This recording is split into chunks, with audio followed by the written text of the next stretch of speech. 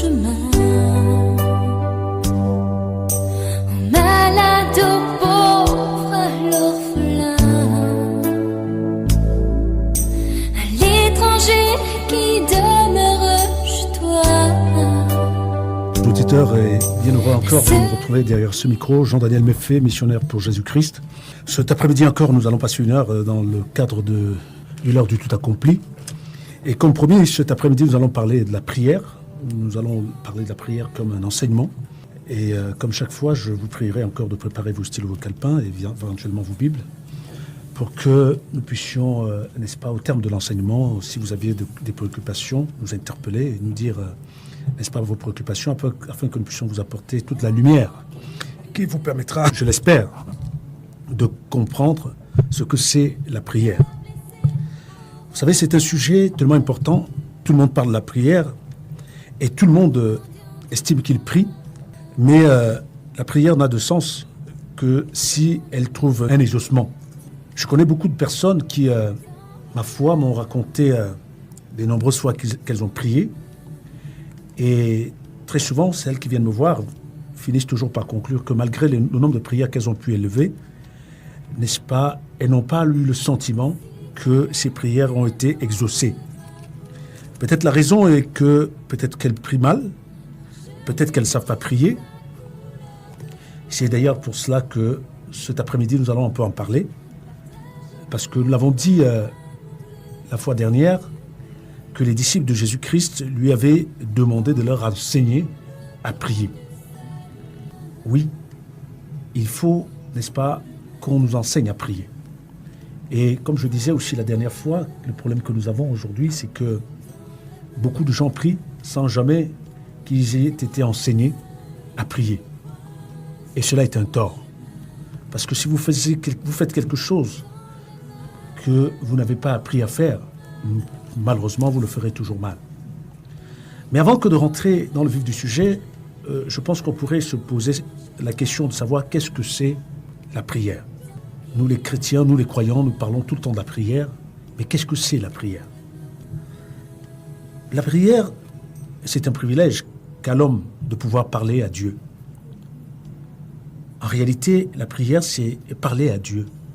C'est avoir la liberté, n'est-ce pas, que peut avoir un fils envers un père, de parler. C'est exactement comme, n'est-ce pas, nous qui avons des enfants, lorsque nous nous entretenons avec nos enfants, lorsque nos enfants viennent nous voir, parce qu'ils ont des besoins, parce qu'ils ont des doléances, n'est-ce pas, c'est cela qu'est la prière. Je le dis parce que on a tellement mystifié la prière, on lui a donné tellement, n'est-ce pas, un côté théâtral, que malheureusement, justement, à cause de cela même, je pense qu'on lui a enlevé son essence. La Bible nous rappelle que nous avons été créés par un Dieu et que ce Dieu, dans sa grâce et dans sa miséricorde, est venu, n'est-ce pas, pour nous donner la possibilité, nous qui étions séparés de lui à cause de notre nature pécheresse, de nous réconcilier avec lui. Dieu nous a donné, n'est-ce pas, la possibilité, désormais, n'est-ce pas, de pouvoir rétablir, n'est-ce pas, un rapport avec lui, une relation. C'est pour ça que je parlais tout à l'heure que c'est un privilège, parce qu'il n'est pas donné à tout le monde de pouvoir s'adresser à Dieu.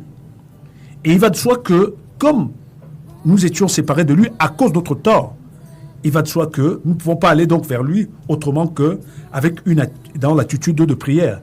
La prière, c'est une conversation, certes, mais c'est une conversation qui, n'est-ce pas, établit deux fonctions. Celle d'une personne qui est dans le besoin et qui va vers celle qui peut satisfaire son besoin. Et c'est pour ça que, n'est-ce pas, on y va donc dans une attitude de prière.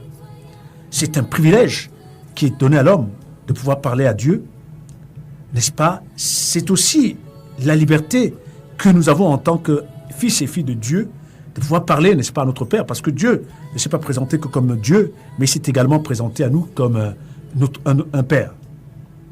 C'est une rencontre, n'est-ce pas, et une conversation entre le Créateur et sa créature, entre, n'est-ce pas, l'homme mortel et le Dieu immortel. C'est important de comprendre les choses d'abord de cette manière-là, parce que si on ne le comprend pas comme ça, déjà on ne comprendra pas l'importance de la prière. Et c'est pour ça que j'insiste sur le fait que la prière est un privilège. Et qui dit privilège dit donc que c'est quelque chose qui n'est pas accordé à tout le monde. C'est la première chose. C'est un privilège que d'être accueilli dans la présence de Dieu. C'est un privilège que de pouvoir s'adresser à Dieu. Et c'est un privilège que de pouvoir entendre Dieu nous parler. Parce que, comme je disais, que c'est un échange, c'est une conversation. Nous parlons à Dieu, mais Dieu est susceptible de nous répondre. Parce que nous ne parlons pas à une image.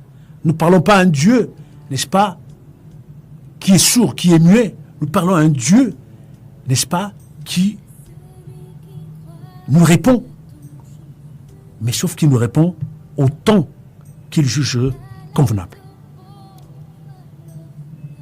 Et il va de soi que lorsque nous allons donc nous adresser à une personne, n'est-ce pas, que nous considérons comme supérieure, que nous considérons comme celle qui peut apporter, n'est-ce pas, des solutions à nos problèmes, celle qui peut apporter des réponses à nos questions, celle qui peut apporter, n'est-ce pas, des guérisons à nos maux, cela nous imposera forcément une certaine attitude.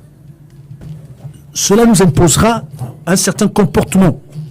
Nous ne pouvons pas aller, n'est-ce pas, vers une personne comme celle-là de façon désinvolte, de façon légère. Je pense que vous et moi, vous conviendrez là-dessus. Mais ce qui est d'abord important, c'est que justement, lorsque vous allez vous adresser à quelqu'un que vous sollicitez parce que vous avez des besoins, parce que vous avez des problèmes, et dont vous êtes convaincu qu'elle peut, n'est-ce pas, apporter des réponses ou des solutions à vos problèmes, il va de soi que, en général, qu'est-ce qu'on fait? On essaie, si c'est possible, d'aller vers des personnes qui connaissent cette personne, pour que ces personnes nous donnent des tuyaux, nous disent par exemple comment, n'est-ce pas, aborder cette personne. Qu'est-ce qu'on pourrait lui dire? Quelle attitude on pourrait avoir? Je pense que c'est souvent ce qui arrive. Lorsqu'on va aller voir une autorité, c'est encore mieux d'aller la voir si, avant ça, on a rencontré quelqu'un qui l'a déjà vu auparavant, ou quelqu'un qui la connaît mieux que nous. C'est un atout, c'est un avantage, parce que cette personne va nous donner des tuyaux, cette personne va nous donner des renseignements, des informations qui, n'est-ce pas, vont nous permettre, n'est-ce pas, d'aller vers cette autorité, vers cette personne que nous allons solliciter, avec, d'une part, déjà, davantage plus d'assurance, mais surtout avec, n'est-ce pas, moins d'angoisse, parce que nous allons en nous disant, je sais au moins comment lui parler, je sais qu'est-ce que je peux lui dire et ne pas lui dire, comment je peux lui dire une chose et ne pas la lui dire. Je l'avais déjà dit la dernière fois, que le problème que nous avons, c'est que souvent nous allons parler à un Dieu que nous n'avons pas pris la peine de connaître, que nous n'avons pas pris la peine, n'est-ce pas, de cerner. Jamais nous nous sommes renseignés sur lui, jamais nous n'avons essayé, n'est-ce pas, de le connaître. Et nous allons nous adresser à lui. Et conséquence, malheureusement, souvent, nous nous adressons à lui et il n'y a pas de réponse. Il n'y a pas de réponse, non pas parce qu'il ne nous répond pas, mais aussi peut-être parce que nous ne savons même pas comment il répond. Chers frères et sœurs, c'est très important. L'apôtre Jacques disait dans son épître que vous demandez, vous ne recevez pas, parce que vous demandez mal. C'est une raison. Oui, parfois on demande mal. Et tant que vous demandez mal, vous ne recevrez pas. Parce qu'il faut bien le comprendre. Dieu n'est pas un homme. Ne pensez pas que parce que vous allez demander 100 fois mal, il va finir par avoir pitié de vous et vous donner. Non, il ne vous donnera pas. Si vous demandez 100 fois mal, il ne donnera pas 100 fois. Jusqu'à ce que vous appreniez à demander, eh bien, c'est important, chers frères et sœurs, de comprendre cela. Ça, c'est la première chose. Mais parfois, n'est-ce pas, on ne demande même pas mal. Parfois, on ne demande même pas ce qu'il faut. Ou parfois, on demande ce qu'il faut. Mais on ne sait pas, en retour, n'est-ce pas, entendre la réponse de Dieu. Parce que c'est important, chers frères et sœurs. Quand vous allez vous adresser à quelqu'un, il faut que vous soyez capable de savoir comment lui parler, mais il faut aussi que vous soyez capable de comprendre ce qu'il aura à vous dire. Parce que sinon, votre démarche a été inutile. C'est comme si vous allez voir quelqu'un, une autorité, vous lui dites vos doléances, il vous écoute, et il vous répond, et vous ressortez, vous dites j'ai rien compris. Quand on vous demande qu'est-ce qu'il a dit, ah ben je ne sais pas. Chers frères et sœurs,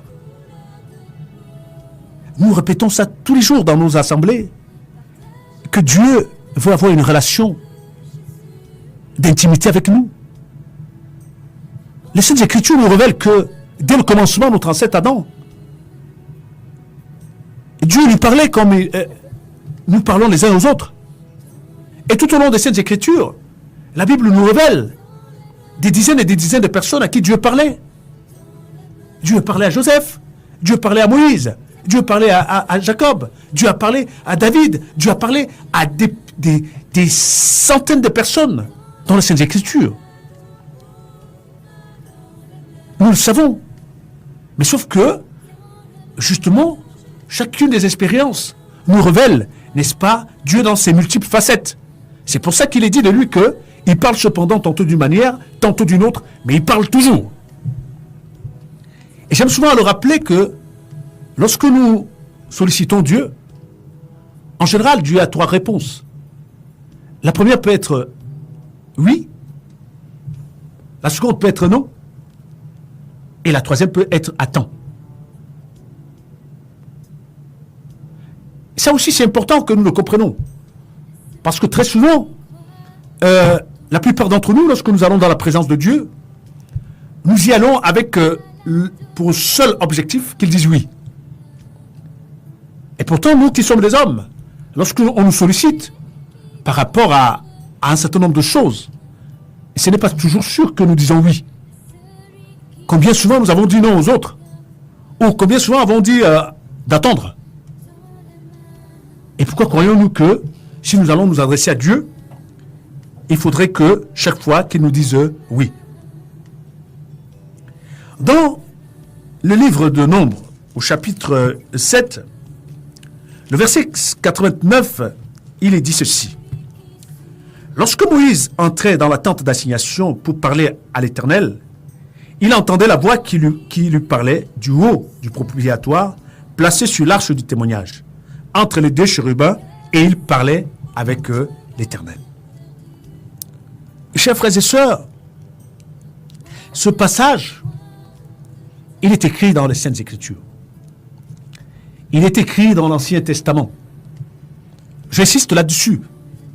Peut-être que quand je fais j'insiste, d'aucuns pensent que je suis mauvaise langue, mais je suis un enseignant. Et je rencontre beaucoup de personnes qui ont cette négligence de ne pas lire toute la Bible, de trouver que l'Ancien Testament ne nous concerne plus. Et chaque fois que j'ai l'occasion, je rappelle que Dieu est le même hier, aujourd'hui, éternellement. Le Dieu de l'Ancien Testament est encore le Dieu du Nouveau Testament. Et si Dieu a pu parler à Moïse dans l'Ancien Testament de façon audible, Dieu parle encore aujourd'hui de façon audible. J'ai envie de rappeler que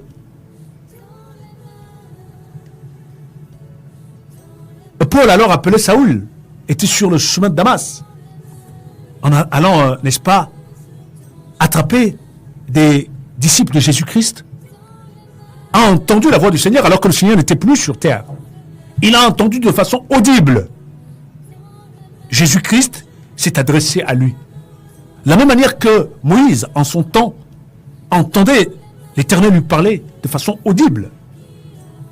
Donc ce n'est pas surprenant encore aujourd'hui que Dieu puisse nous parler de façon audible. Bien au contraire, puisqu'il est dit de lui qu'il ne change pas. Il est le même hier, aujourd'hui, éternellement. Et si Dieu ne change pas, alors ça veut forcément dire que ce que Moïse a vécu, ce que Joseph a vécu, ce que Samuel a vécu, ce que Paul a vécu, ce que Pierre a vécu, nous devons, pas que nous pouvons, nous devons le vivre encore aujourd'hui. Alors la question qu'on doit se poser, c'est pourquoi aujourd'hui nous ne vivons plus ces choses. À partir du moment où Dieu ne change pas, à partir du moment où sa parole ne change pas, alors le constat est simple. Ça veut dire qu'il y a quelque chose qui a changé. Il y a quelque chose qui ne va pas. Et si quelque chose ne va pas, ça ne peut pas être chez Dieu, ça veut forcément dire que ça ne va pas chez nous. Et je ne sais pas vous, mais moi j'étais longuement frustré au début de ma marche avec le Seigneur, parce que je voyais les autres faire. J'imitais, je faisais par mimétisme ce que je voyais les autres faire. Et je le faisais avec dévotion, je le faisais avec détermination, mais malgré tous mes efforts d'essayer d'imiter les autres, au travers de ce que j'entendais, et comme on m'avait dit que c'était des prières, je répétais les mêmes choses, je disais les mêmes mots, je faisais les mêmes gestes, mais malheureusement, il n'y avait pas de résultat. Et forcément, si vous priez pendant des jours, pendant des mois, pendant des années, sans résultat, vous finissez par être frustré. Et vous finissez même par douter de l'existence de Dieu, de la véracité de la parole de Dieu. Et voilà pourquoi, justement, je insiste sur le fait que l'apôtre Jacques rappelait dans son épître au 3e chapitre, le verset 1, il disait, mes frères, il ne faut pas qu'il y ait beaucoup parmi vous qui enseignent. Vous comprenez pourquoi quand j'ai commencé, j'ai fait exprès de dire que les disciples de Jésus ont dit, enseigne-nous à prier. La prière, comme tout dans la marche avec Christ, nécessite un enseignement. Et l'enseignement est un don de Dieu. Le Saint-Esprit a établi des personnes habilitées à enseigner. Et il se trouve aujourd'hui que dans l'Église de Christ, tout le monde, n'est-ce pas, croit avoir la capacité d'enseigner. Et c'est cela qui est la conséquence. C'est cela qui est la cause de la situation dans laquelle nous nous trouvons. Des personnes, des milliers de personnes qui, de bonne foi, n'est-ce pas, crient à Dieu tous les jours, mais ont le sentiment que le ciel est muet. Simplement parce que beaucoup d'entre elles, n'est-ce pas, disent ou font des choses qu'ils ont vu d'autres faire, mais des choses qui n'ont pas pour fondement la parole de Dieu. Parce que Dieu, le vrai Dieu, veille et veillera toujours sur sa parole pour qu'elle s'exécute. Dans le livre d'Exode, au chapitre 33, le verset 11, il est dit, encore l'Éternel parlait à Moïse. L'Éternel parlait avec Moïse face à face, comme un homme parle à son ami. Puis Moïse retournait au camp, mais son jeune serviteur Josué, fils de Nun, ne sortait pas du milieu de la tente. On dit que l'Éternel parlait à Moïse face à face, comme un homme, n'est-ce pas, parle à son ami. C'est pas parce qu'on dit face à face, ce n'est pas pour dire que l'Éternel était là en face de Moïse. Et le mot de face à face ici veut montrer la proximité dans la relation qu'avait Moïse avec Dieu. Et ma Bible et la vôtre disent que notre Dieu ne fait pas de préférence. Si notre Dieu a établi cette relation avec Moïse, cela veut dire qu'il peut l'établir avec vous, il peut l'établir avec moi, il peut l'établir avec chacun de nous. Parce que ce Dieu-là ne fait pas de préférence. Et c'est pour ça que je disais tantôt que s'il y a un problème, le problème ne vient pas de Dieu, il vient de nous. Et c'est pour cela que l'apôtre Paul nous rappelait que tout ce qui a été écrit pour notre instruction. Il nous rappelle que les illustres, n'est-ce pas, aînés, qui ont eu le privilège d'établir une relation avec Dieu, doivent servir de modèle et d'exemple pour nous. Et je l'avais dit la dernière fois, que malheureusement, les exemples que nous avons aujourd'hui ne sont pas ceux de la Bible. Nos exemples sont souvent n'est-ce pas, ce que nous voyons dans les réseaux sociaux, à la télévision, dans tel coin du monde et dans tel autre coin du monde. Chers frères et sœurs, j'ai eu le privilège et la grâce d'être allé à beaucoup d'endroits dans ce monde.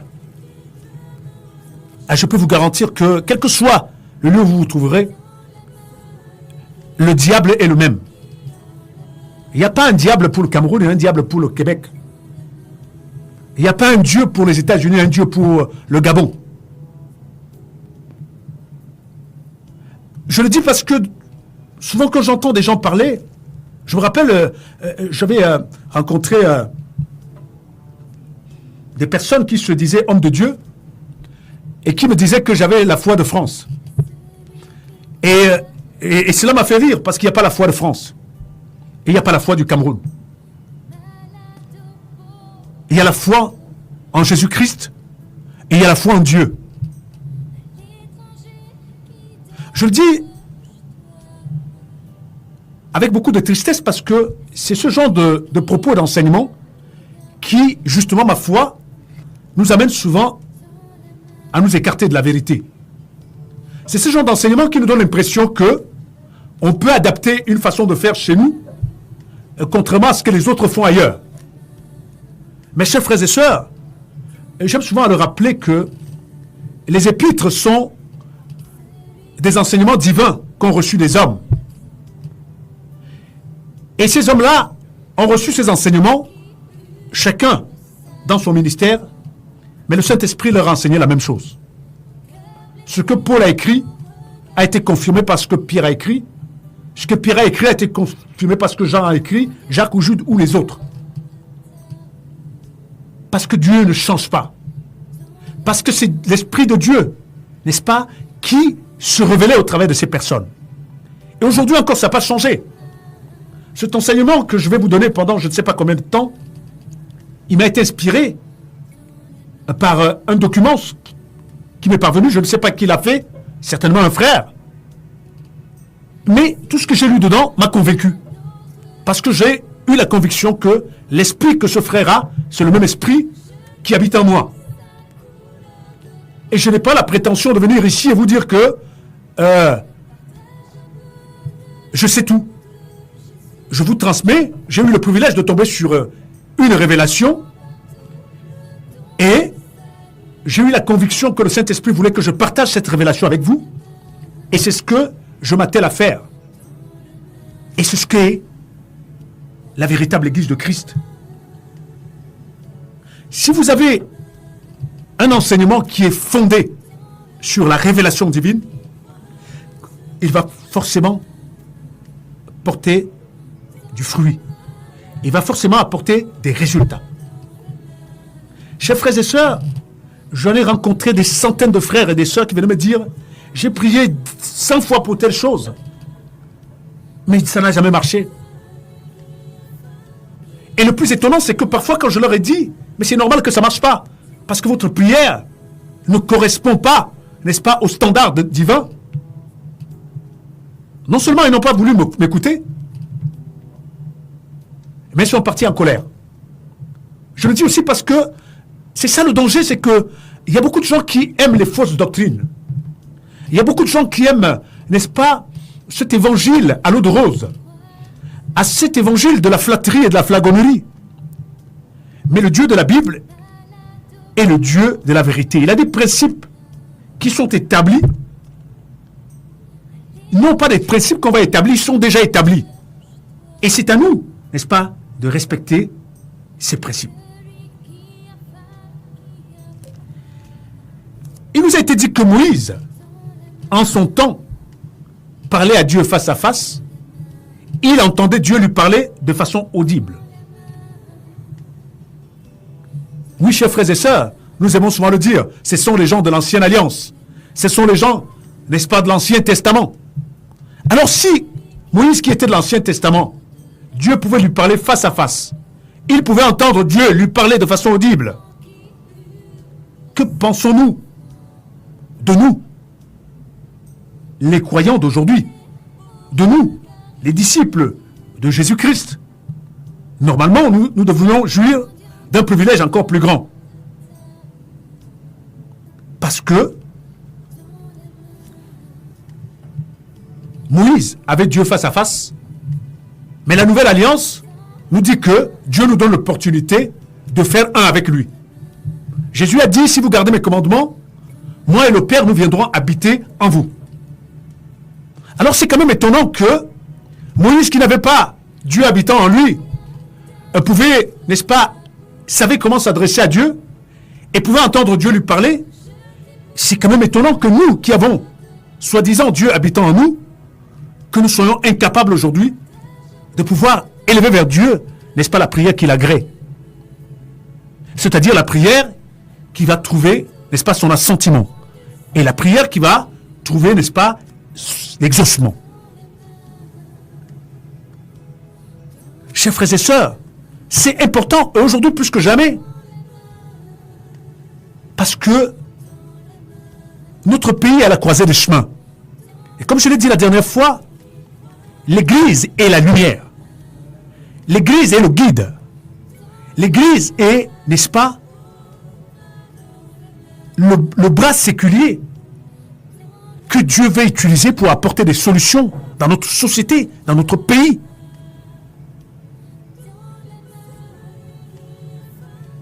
Et comment cette Église-là sera capable de le faire si elle ne sait pas comment s'adresser à Dieu, d'une part, mais si elle n'est pas capable d'entendre Dieu lui parler.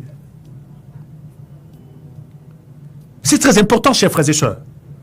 Il nous a été rappelé dans Luc 11 que les disciples de Jésus ont dit, Luc 11, 1, enseigne-nous, maître, enseigne-nous à prier. Rappelons-nous que ces personnes-là avaient déjà le titre d'apôtre. Au moment où ils demandent ça à Jésus, Jésus leur avait déjà donné le titre d'apôtre. C'est important, chers frères et sœurs. Je ne sais pas quand nous lisons les Écritures si nous faisons attention. Ce chapitre nous montre que des apôtres ont demandé à Jésus de leur enseigner à prier. Aujourd'hui, j'en connais beaucoup d'apôtres. J'en connais malheureusement beaucoup d'apôtres qui ne savent pas prier. Parce que s'ils savaient prier, ça se verrait. Et s'ils savaient prier, il y aurait des résultats. Et la différence entre ces apôtres et ceux de Luc 11, c'est que ceux de Luc 11 avaient compris que ce n'est pas le titre d'apôtre qui vous donnait la capacité de prier, mais c'était, n'est-ce pas, l'humilité qu'on avait d'aller vers le Maître pour qu'il nous enseigne à prier. Parce que personne ne peut prier mieux que lui. Il est le seul qui a vu le Père. Il est le seul qui connaît le Père. Il est le seul qui est un avec le Père. Et c'est pour cela que il est l'enseignant même par excellence. Celui est le seul qui peut nous enseigner encore aujourd'hui comment prier, comment parler au Père, comment s'adresser à lui et comment comprendre, n'est-ce pas, lorsque le Père nous répond. Chers frères et sœurs, c'est très important. Et j'ai insisté là-dessus, sur le terme Père. Je le dis parce que je pense que nous ne faisons plus trop attention à ce terme-là. Autant on dit nous sommes des enfants de Dieu, mais autant on oublie que si nous sommes des enfants, ça veut dire que nous avons Père. Et nous avons un Père exceptionnel, parce qu'il est omniscient, omniprésent, omnipotent. Et c'est pour cela qu'il n'y a pas un moment où nous pourrions penser que nous n'avons plus besoin de lui. Comme ça pourrait être le cas avec nos parents charnels. Oui, certaines personnes peuvent estimer que bon, j'ai acquis tellement de connaissances que je n'ai plus besoin, n'est-ce pas, dans tel domaine, de mon père ou de mes parents. C'est vrai peut-être dans le monde physique, mais ce n'est pas vrai dans le monde spirituel. dans le monde spirituel, aussi longtemps qu'il faudra, nous aurons toujours besoin de notre Père spirituel, qui est Dieu. Nous aurons toujours besoin parce qu'il sait tout. Et il peut tout mieux que nous. Et c'est pour ça qu'il nous prescrit l'humilité comme une attitude, non, comme un état d'esprit indispensable pour pouvoir marcher avec lui. Et ce qui a caractérisé justement ces disciples, c'est l'humilité qu'ils ont eue. Ils ne se sont pas dit, mais attends, on a déjà des titres, à cause de mon titre, je ne peux pas m'humilier, aller demander à être enseigné. Parce que c'est le cas aujourd'hui. Je le dis souvent que j'ai été invité à je ne sais pas combien de séminaires. Et j'ai souvent été offusqué de voir que souvent, n'est-ce pas, nous les ministères, lorsque nous allons dans les séminaires, nous ne prenons pas des notes. C'est à peine si nous écoutons les autres. On donne l'impression de tout savoir. Nous n'avons plus rien à apprendre de personne. Et ce que nous oublions, c'est que nous sommes des phares. Nous sommes des modèles pour ceux que nous conduisons. Et ceux qui nous voient faire, eux aussi, ils adoptent la même attitude. Et voilà pourquoi on se retrouve avec une église de personnes qui se prennent pour ce qu'elles ne sont pas. Qui sont le contraire de ce que Paul a dit, n'ayez pas une haute opinion de vous-même. Mais on est une église aujourd'hui qui est remplie de gens qui ont une haute opinion d'eux-mêmes. Et la conséquence, c'est que nous n'avons plus l'humilité d'apprendre. Nous n'avons plus l'humilité, n'est-ce pas, d'aller auprès du maître pour être enseigné. Et le maître peut utiliser qui il veut dans son corps pour nous enseigner. Je dis bien qui il veut. Moi, j'en ai la conviction et j'en ai l'expérience. Quel que soit l'élément du corps de Christ, le Seigneur peut s'en servir pour vous enseigner quelque chose. C'est pour ça qu'il est important, chers frères et sœurs, que nous comprenions le langage que tenait le Maître. Pourquoi il appelait régulièrement ses disciples, qui étaient pourtant des gens de pratiquement son âge, mes petits-enfants. Il voulait leur inculquer quelque chose. Il voulait leur apprendre quelque chose. Et on va se rendre compte qu'à la fin de sa mission, ces gens n'étaient pas offusqués qu'il les appelle mes petits-enfants. Pourtant, il avait le même âge qu'eux. Peut-être même que certains, ses aînés. Mais au contraire, ils en étaient fiers et heureux parce qu'ils avaient compris que ce n'était pas simplement une attitude, mais c'est un état d'esprit qu'il devait avoir, celui d'un enfant. Pourquoi? Parce qu'il allait s'établir une relation entre enfant et père. Je ne peux pas avoir honte de demander, n'est-ce pas, un renseignement à mon père. Je ne peux pas avoir honte d'aller vers mon père pour lui demander de m'éclairer par rapport à quelque chose. Bien au contraire. Parce que je sais que, n'est-ce pas, toutes les années qu'il a accumulées, mon père, par exemple, il a 90 ans. En 90 ans, il a parcouru je ne sais pas combien de pays sur la terre. Il a vu tellement de choses, il a eu tellement de fonctions. Cet homme, et il a tellement de richesses à apporter aux autres. Il a tellement vécu des choses que je n'ai pas de honte à aller vers lui et lui dire, lui poser des questions, n'est-ce pas, le solliciter par rapport à des situations de ma vie. Au contraire, je suis fier d'aller vers lui. Je suis fier qu'il puisse me transmettre un peu de ce qu'il a accumulé pendant tant d'années que Dieu lui a accordé la grâce d'être sur la terre. Chers frères et sœurs, c'est cette attitude-là qui doit être celle du croyant.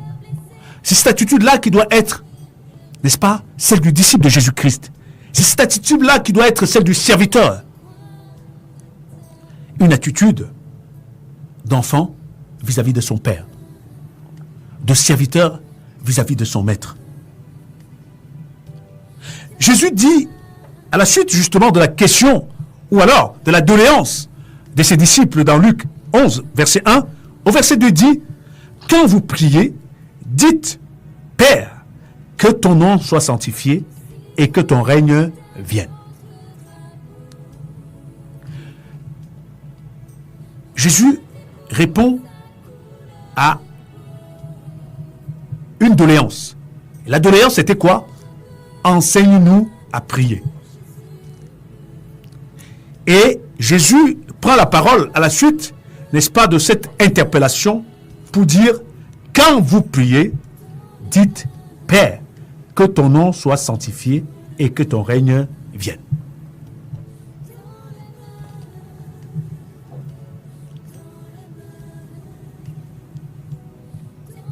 Chers frères et sœurs,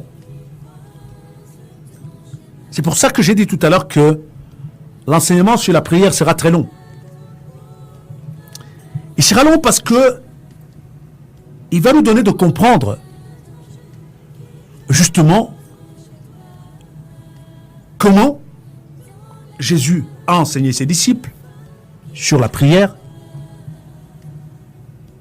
Qu'est-ce qu'il leur a donné comme contenu pour la prière? Et qu'est-ce qu'il leur a imposé comme attitude? Je le dis souvent parce que aujourd'hui, le Notre Père est une forme de récitation. Et souvent je le dis que le Notre Père n'est pas une prière. Le Notre Père est un enseignement. Le Notre Père, Jésus le dit à la suite, justement, de cette doléance, enseigne-nous à prier. Est-ce que vous pensez que Dieu, parce que Jésus-Christ était Dieu, vous dites à Dieu, enseigne-nous à prier, et il vous dit, notre Père qui est aux cieux, que ton nom soit sanctifié, que ton règne vienne, que ta volonté soit faite. Point barre. Non, chers frères et sœurs, le Dieu que je sers, le Dieu que je connais, est plus profond que cela. Et si vous arrivez à comprendre ce que Jésus a transmis comme enseignement à ses disciples au travers de notre Père, je peux vous garantir, chers frères et sœurs, que quand vous élèverez une prière à notre Dieu, vous aurez les ossements à votre prière. Parce que Dieu ne ment pas. Parce que Dieu veille sur sa parole pour l'exécuter. Nous allons, très certainement dans les jours à venir, avoir un enseignement, mais vraiment profond, pour expliquer le sens profond de notre Père. Qu'est-ce que Jésus, n'est-ce pas, a transmis comme enseignement, comme message à ses disciples au travers de notre Père, pour que justement notre Père ne soit plus cette récitation que nous récitons depuis tant de siècles, qui pourtant n'a jamais rien changé à notre existence. Comme des bœufs qui bêlent, comme des moutons, nous répétons notre Père qui est aux cieux, mais je vois nulle part, absolument nulle part, dans les Saintes Écritures, il n'y a pas un seul verset qui nous montre que les disciples de Jésus ont récité le Notre Père. Ça n'existe nulle part. Si vous voyez un seul verset où c'est écrit que les disciples l'ont fait, montrez-moi-le. Mais pourtant, ces hommes-là, il nous est démontré que presque chaque fois qu'ils élevaient une prière à Dieu, Dieu exauçait la prière. Je veux que vous m'écoutiez attentivement, chers frères et sœurs. Dieu disait, mon peuple meurt par manque de connaissance. Le problème que l'Église a aujourd'hui, c'est que les gens disent souvent ça, les gens sont trop enseignés. Non, les gens sont mal enseignés. Parce que si les gens étaient bien enseignés, l'enseignement des Paul, l'enseignement des Pierre, l'enseignement des Jacques, l'enseignement des Wesley, je peux vous garantir que il n'y a pas de doute que ça produirait le même résultat. Parce que Dieu ne change pas. Ça produirait le même résultat. Mais aujourd'hui, nous avons un problème. L'église de la Odyssée, l'église du matériel, l'église qui se conforme au siècle présent. Le Dieu de la Bible ne se conforme pas au siècle présent. Il est le même hier, aujourd'hui, éternellement. Il est important de comprendre que deux choses sont indispensables pour toute personne qui prie Dieu. Indispensables. La première, c'est la dépendance. La dépendance. Rappelons-nous que les disciples de Jésus-Christ avaient tout abandonné. C'est ce que les Écritures nous révèlent pour suivre Jésus. Ils avaient tout abandonné. Donc ils étaient totalement dépendants de lui. Cette Écriture nous révèle que même le manger et le boire, c'est lui, n'est-ce pas, qui subvenait à leurs besoins. Donc ils étaient totalement dépendants de lui. C'est une condition essentielle. Vous ne pouvez pas accepter le bon enseignement sur la prière si vous n'êtes pas dépendant de Dieu. Et tous ceux qui ont expérimenté le véritable Dieu vous le diront que la première exigence que Dieu leur a imposée, c'est que vous dépendez de lui. Dieu veut des hommes et des femmes qui dépendent de lui pour donner gloire en son nom. Parce que si vous ne dépendez pas de Dieu, vous ne pouvez pas donner gloire à son nom, vous donnerez gloire à votre propre nom. La dépendance. Et pour que vous soyez dépendant de Dieu, évidemment, là aussi, il peut utiliser des moyens. Mais, il y a un mais, c'est que Dieu peut utiliser des moyens pour vous garder dans sa dépendance, mais Dieu n'utilisera jamais un moyen pour vous obliger à être dépendant de lui. La dépendance à Dieu doit être quelque chose de volontaire. C'est nous-mêmes, c'est vous-même qui devez, n'est-ce pas, de tout votre cœur, avoir le désir de dépendre de Dieu. Il va vous le proposer, mais c'est à vous de prendre la décision.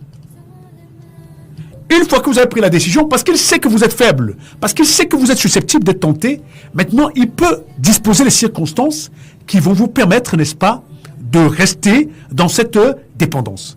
Nous allons lire par exemple un passage qui va nous montrer c'est l'exemple de notre frère, l'apôtre Paul. Dans 2 Corinthiens au chapitre 12, nous allons lire du verset 8 à 10, où Paul nous dit qu'il avait un problème de santé, il avait une écharde, et une écharde qui, ma foi, le gênait déjà parce que c'était une maladie, mais le gênait aussi dans son ministère, parce que, il faut le savoir, beaucoup de gens, justement, étaient étonnés que, comment cet homme qui était capable, n'est-ce pas, de guérir, de ressusciter les morts, avait un problème que lui-même ne pouvait pas. Donc c'était quelque part quelque chose qui, contribuait à ce qu'il soit un peu parfois la risée des gens. Alors Paul dit, 3 fois j'ai prié le Seigneur de l'éloigner de moi. Il m'a dit, ma grâce te suffit, car ma puissance accomplit dans la faiblesse. Je me glorifierai donc bien plus volontiers de mes faiblesses, afin que la puissance de Christ repose sur moi. C'est pourquoi je me plais dans les faiblesses, dans les outrages, dans les calamités, dans les persécutions, dans les détresses, pour Christ, car quand je suis faible, c'est alors que je suis fort. Chers frères et sœurs, c'est quelque chose qui, j'avoue, quand j'ai lu ça la première fois, je me suis dit, ce type était maso, ou alors il était parano, quoi. Parce que si vous écoutez ça avec l'intelligence charnelle, avec la logique du monde, vous allez vous dire, cet homme n'était pas normal. Mais, en réalité, quand vous comprenez ça avec l'intelligence renouvelée, avec la pensée de Dieu, alors, vous pouvez comprendre, n'est-ce pas, qu'est-ce que Paul voulait donner comme un enseignement, ou du moins ce qu'il avait compris dans les propos que Dieu lui adresse. Je le dis aussi parce que ce passage nous montre une chose. Non seulement il nous donne un enseignement sur ce que Paul a vécu, mais il confirme ce que je disais tantôt, que Dieu parle. Lorsqu'on s'adresse à Dieu, Dieu nous répond. Paul ne dit pas que c'est quelqu'un qui il dit que Dieu lui a répondu. Mais il faut aller plus loin. Dieu ne lui a pas dit ce qu'il attendait. Parce que souvent aussi, malheureusement, avec ce qu'on nous enseigne aujourd'hui, on a l'impression que quand on prie Dieu, il faut qu'il réponde comme nous attendons. Paul avait un problème de santé. Ce problème de santé était parfois la cause qu'il soit la risée des gens, la cause qu'il soit mal. Mais Dieu lui a dit, ma grâce te suffit. Oui, chers frères et sœurs, ce n'est pas évident. Je suis là en ce moment, j'ai un nerf sciatique qui me fait atrocement mal dans mon dos. J'ai une migraine. Et quand je venais ici, j'ai dit, Seigneur, mais il m'a dit, ma grâce te suffit. Chers frères et sœurs, mon état de santé d'aujourd'hui, justement, m'oblige à être dépendant de Dieu.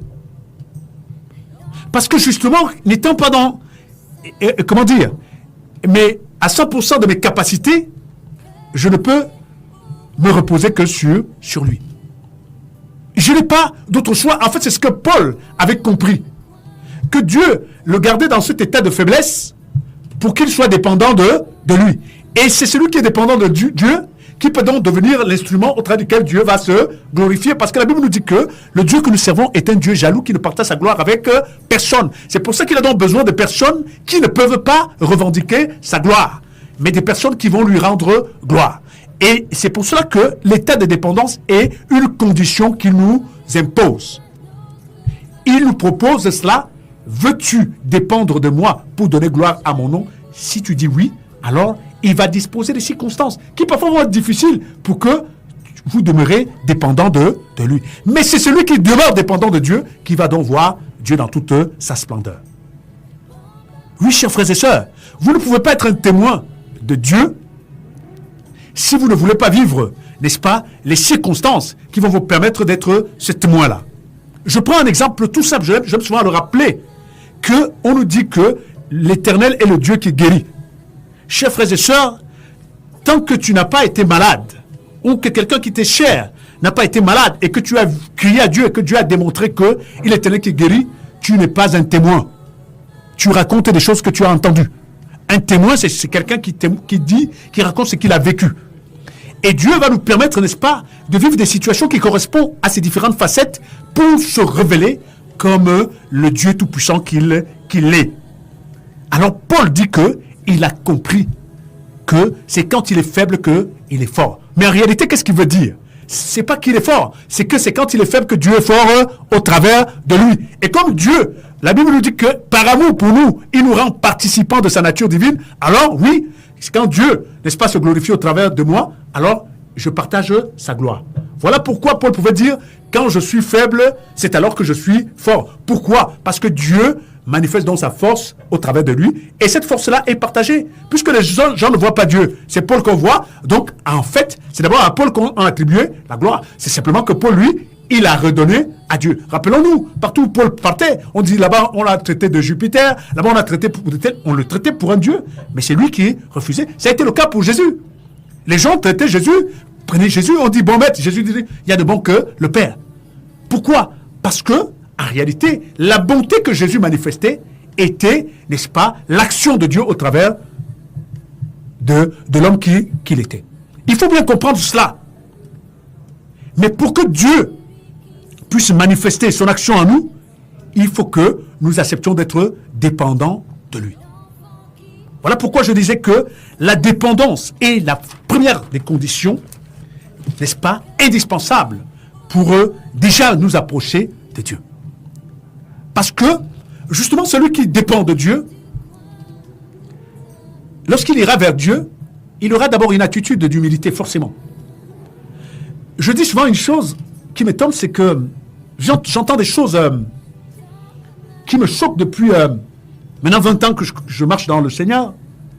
Quand j'entends des choses comme prière d'autorité, j'avoue que c'est quelque chose qui me choque. Parce que je ne peux pas comprendre comment une prière peut être d'autorité. Une prière, quand on dit je vais prier, celui qui va prier est forcément quelqu'un qui se sent incapable, impuissant, qui est dans un besoin. Et je ne sais pas comment on peut dans cette attitude-là être en plus d'autorité. Ça n'a pas de sens. Ça n'a pas de sens. Lorsque Jésus dit à un esprit de sortie, ce n'est pas une prière. Je ne sais pas si c'est ça qu'on appelle prière d'autorité, ce n'est pas une prière. C'est pour ça que je disais qu'il est important qu'on comprenne ce que c'est la prière. Qu'on soit enseigné sur ce que c'est la prière pour que, lorsque vous allez prier, que vous sachiez que ça c'est une prière. Lorsque vous allez donner un ordre, parce que vous avez autorité pour donner l'ordre, oui, le Seigneur a dit qu'il nous donnera l'autorité. Là, ce n'est pas, on ne prie pas. Je le dis pourquoi. Je suis souvent étonné de voir des gens qui s'adressent à Dieu, à la limite comme s'il le grondait. Comme si Dieu était tellement sourd qu'il fallait crier. Ce qui est exactement le contraire de ce que Jésus va nous enseigner dans quelques jours au travers du Notre Père. Je suis étonné. Je ne sais pas si on pourrait aller voir une autorité de ce monde. Je ne sais pas moi, un préfet, un sous-préfet, un gouverneur, un président, et arriver devant lui, on se met à crier comme souvent nous crions en nous adressant à Dieu. Je ne suis pas sûr que vous le sortirez de là. Certainement, vous arrêterez. Parce que ce serait considéré comme un manque de respect envers cette autorité.